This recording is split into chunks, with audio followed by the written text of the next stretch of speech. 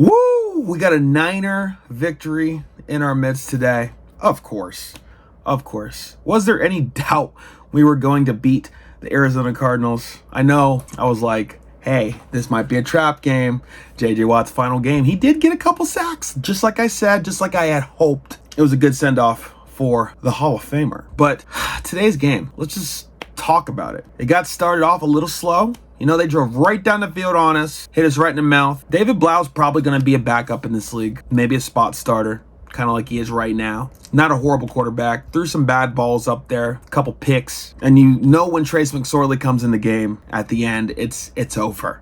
Like, it's done, son. He is not that dude. But we started off a little slow, but once we got the lead, we never relinquished it. McCaffrey ended up with 45 yards rushing and 34 receiving. Very McCaffrey-like day. Didn't even play the fourth quarter, so that's fine. We played like 4 different running backs today. Elijah Mitchell, on his return, 55 yards, 5 carries, 2 touchdowns. And man, he was running so hard. Running like a man possessed. A healthy Elijah Mitchell teamed with CMC, I don't think anybody wants to see that. As I'm recording this, the Seahawks just kicked a field goal to win the game, to beat the Rams, and I think that clinches their playoff spot. Somebody correct me if I'm wrong. I feel like I heard them talk about if the Seahawks win, then they get in the playoffs, but they need the Lions to win too. There's some sort of scenario there. Feel like we could be playing the Lions or the Seahawks. They said the Lions, Seahawks, or Packers are our potential opponent for next week. It'd be nice to beat Seattle 3 times in a year. That's always a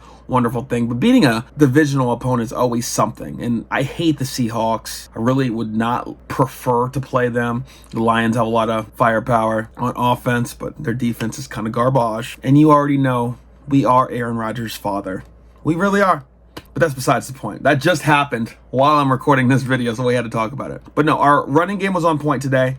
Elijah Mitchell is everything that we need to a perfect complement to CMC. That's dangerous, y'all. And even when Jordan Mason comes in, Jordan Mason runs super hard too. Like, talk about a 3-headed monster. Brock Purdy. Now, I swear to you, if Brock Purdy was averaging 30 to 40, if not 50 pass attempts a game, he'd be throwing for 300-400 yards, 4 or 5 touchdowns every single game. There's nothing that you're going to convince me and say otherwise to go against that. Every single game, he's extremely accurate, throws right around 200 yards, 250, whatever that ballpark is, couple touchdowns. Today, 15 to 20, 178, 3 touchdowns, no interceptions. What else can you ask for, y'all? He puts the ball where he needs to put it. He scans that whole field the entire time, and if he has to bail out and run like he did in the first half a lot because our offensive line was getting blown up through the middle, which is kind of concerning. It's 2 weeks in a row where they're taking our guard, taking our center, confusing them a little bit, and bringing pressure up the middle, which makes Purdy have to roll out. And he did get sacked at one time. He rolled out to his left. Isaiah Simmons ended up getting the sack, but that's what's happening. That's a thing, y'all. And we have to fix that. We have to fix our protection. Whoever we play in the playoffs is going to see that, and they're going to attack that.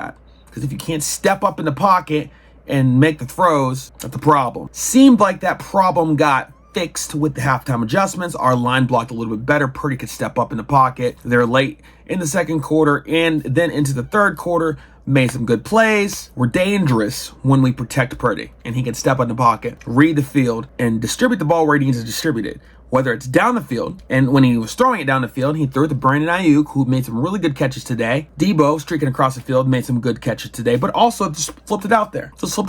Speaking of Brandon Ayuk, he went over 1,000 yards today. First time in his career. We have a 1,000-yard receiver on our team, and it's not called Debo Samuel or George Kittle. That's awesome. But no, Brock Purdy was making really good decisions out there. Whether he's throwing down the field, he always kept his eyes scanning. And if there wasn't anything there, he would just check it down as he should. Smart kid, calm presence on that field. Intense when something good happens, as he should be. He's the first one, ice in his veins, pumped, but he's also just chill. He's so chill. No matter what's going on out there, I love it. Brock Purdy's a dude. He's a dude. People keep wanting to sleep on him and say, oh, well, I don't know, baby. when it gets to the playoffs, blah, blah, blah. You can tell when you watch football when somebody's got it and when somebody just doesn't. And Brock Purdy's got it. Don't care when he was drafted. I don't care about any of that stuff. It's all flowing in the right direction at the perfect time.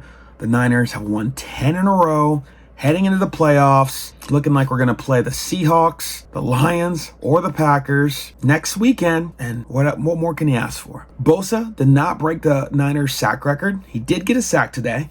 He should be Defensive Player of the Year. He got numerous pressures. Defensively, after we gave up that first 13, obviously we didn't give up another point. The defensive adjustments today were on point as they normally are. This was the defense that we're talking about right here. Forcing 3 turnovers. We got picks. We were getting sacks. We got a strip sack from Jordan Willis. Bosa got there. Amenahu got there. I mean, we were putting those quarterbacks under duress all day long. Knocked David Blau out with a concussion. Hope he's good. I like David Blau. But our defense was suffocating. They did their thing, and we could put in our backups in the fourth quarter all around, and it was a good day. Al-Shaair led our team with 10 tackles today in replace of Greenlaw. Gotta love that. We definitely need Greenlaw in the midst of the playoff run. We could probably get through another game without him. We need Greenlaw in the midst of that playoff run. Looked like Kinlaw was making some in-game adjustments, which was much needed because he was giving up his body on that D-line early on, and they were just getting it up into his chest and driving him out.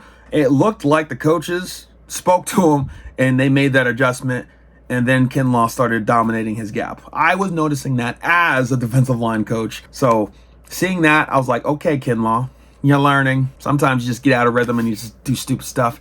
That was him. He made the adjustment. It was good. It's a good day, y'all. A Niner victory is always a good day. It was also just good to see J.J. Watt out there doing his thing one last time as a football fan. It was good to see A.J. Green in the end zone. I mean, this could be his final year. I don't know. He's been doing it a long time, but seeing A.J. Green get 91 yards and a touchdown, I ain't even mad at it. Even if it's against us, I ain't mad at it. We held the Cardinals to 61 yards rushing and under 200 yards passing. That's a great day. So once the playoff seedings come out and we know the matchups, we'll talk all about it. But thank you so much for watching this video. Go Niners. Have a good day.